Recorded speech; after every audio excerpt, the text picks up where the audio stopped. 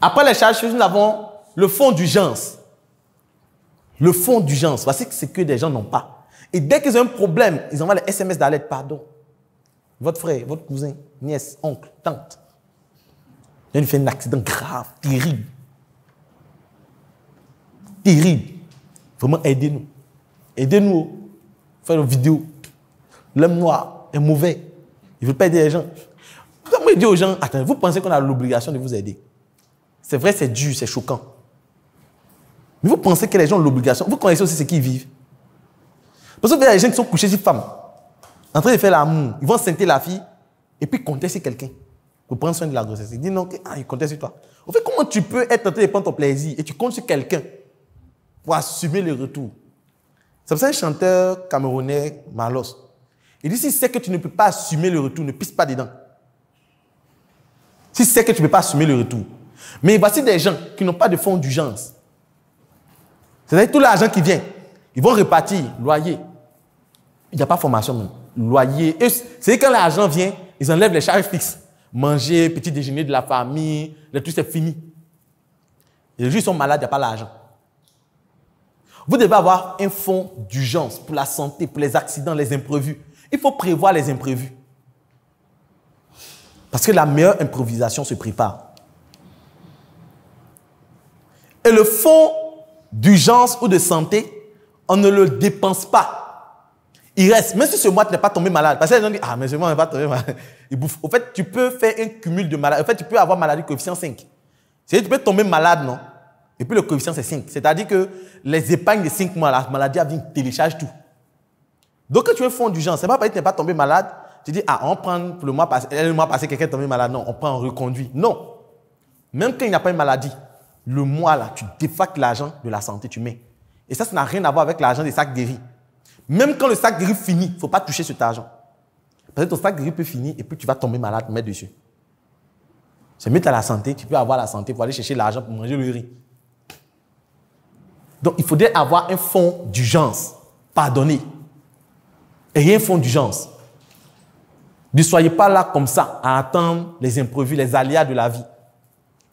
Ayez un fonds d'urgence. Après le fonds d'urgence, il y a le fonds de projet.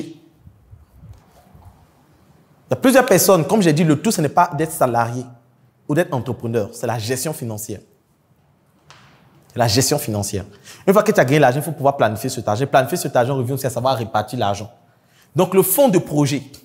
Vous pouvez salarier et puis épargner l'argent pour pouvoir lancer un projet.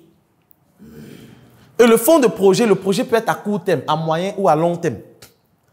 C'est votre projet, c'est quoi? C'est d'ouvrir un grand restaurant pour vendre la nourriture.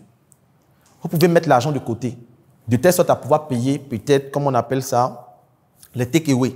Vous approchez un restaurant, ils mettent les plats dans les take-away, vous commercialisez.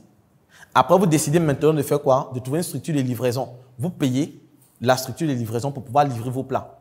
Après, vous décidez maintenant, comme le système est en train de tourner, que ça vous génère des bénéfices, de pouvoir prendre, en plus de votre argent de projet que vous épargnez, plus la rentabilité du projet, vous mettez ensemble maintenant pour ouvrir votre restaurant.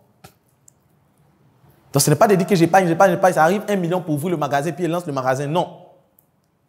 Mais il faudrait que pendant que vous épargnez, vous preniez cet argent pour investir dans des mini-projets qui peuvent aller avec votre travail. Parce que ne dites pas que non, je travaille, je mets l'argent. Il y a des gens qui font ça, ils travaillent. Ils ne touchent pas l'argent. L'argent est là pendant 1 mois, 1 an. Ça arrive maintenant 1 500 000.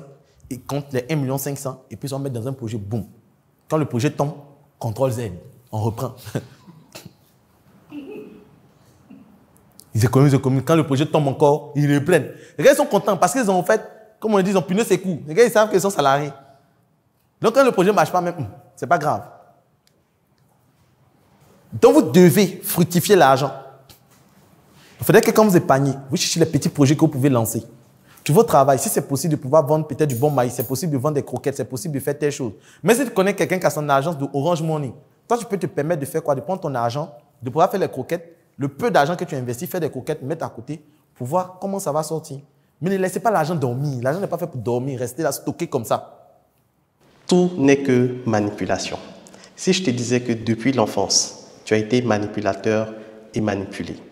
Je suis M. Loko Kofi, coach en marketing et vente. J'aide et j'accompagne les entrepreneurs à vendre plus et plus vite. Ce que j'ai remarqué, c'est que la plupart des personnes ne comprennent pas que pour bien vendre, il faut manipuler. Oui, pour bien vendre, il faut manipuler. Manipuler, c'est orienter quelqu'un vers un objectif que vous souhaitez. Lorsque nous étions petits, nous avons des parents qui nous promettaient de nous acheter un vélo, un biscuit, un bonbon en fonction de nos résultats scolaires. Et à cause de cette promesse, qu'est-ce que nous faisions? Nous nous mettions au travail et nous savons que derrière ce travail, nous allons avoir une récompense. Même si très souvent les parents n'honoraient pas leurs promesses, mais on se retrouvait quand même à faire le travail qu'ils voulaient. Donc comprendre les techniques de manipulation, c'est comprendre que moi, en tant que vendeur, il y a mon produit qui peut aider le client à passer d'une étape A à une étape B. Si une personne est en surpoids, j'ai un programme ou un thé qui peut aider cette personne à perdre du poids. Si une personne a des difficultés de vente, j'ai un produit ou un service qui peut l'aider à vendre. Si une personne a des difficultés à pouvoir prendre la parole en public, j'ai un programme en art oratoire qui peut aider cette personne à passer de l'étape de peur de prendre la parole en public à prendre la parole en public. Donc, c'est toutes ces stratégies-là que j'ai mis dans ce livre, les techniques de manipulation en vente. Oui, parce qu'en tant que vendeur, tu dois manipuler, tu dois apprendre à manipuler, mais manipuler pour aider tes clients à atteindre leurs objectifs parce que tu as le produit ou la solution qu'il leur faut. Très souvent, tu es bloqué face aux objections de « je vais réfléchir, je vais voir si j'ai l'argent, je vais vous revenir ». Dans ce livre, tu vas pouvoir transformer une hésitation en un acte d'achat. Il y a plus de 33 techniques de manipulation dans ce livre et je te montre de façon stratégique 5 étapes par lesquelles toute personne passe, peu importe son pays, peu importe sa nationalité, pour pouvoir acheter un produit. La première étape, c'est l'identification du problème. Toute personne, avant d'acheter un produit ou un service, va identifier qu'actuellement, elle est dans un besoin. La deuxième étape, la personne va évaluer les différentes solutions qui se proposent à elle. Donc, je vais rechercher une solution pour pouvoir trouver une solution pour régler mon problème. Après la recherche des solutions, il y a l'évaluation de ces solutions en fonction des cas d'hygiène, en fonction des moyens financiers de la personne. La quatrième étape, c'est l'acte d'achat. La personne va décider d'acheter une offre qui lui sied. Et la dernière étape, c'est l'évaluation après l'achat. Voici 5 étapes par lesquelles toute personne qui achète un produit ou un service passe.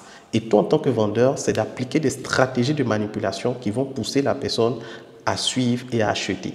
Tu as très souvent vu des messages de vente où il y a des comptes à rebours, où on met sold out, où on te dit que tu n'as que 3 heures, où on te dit que c'est réservé qu'à 5 personnes.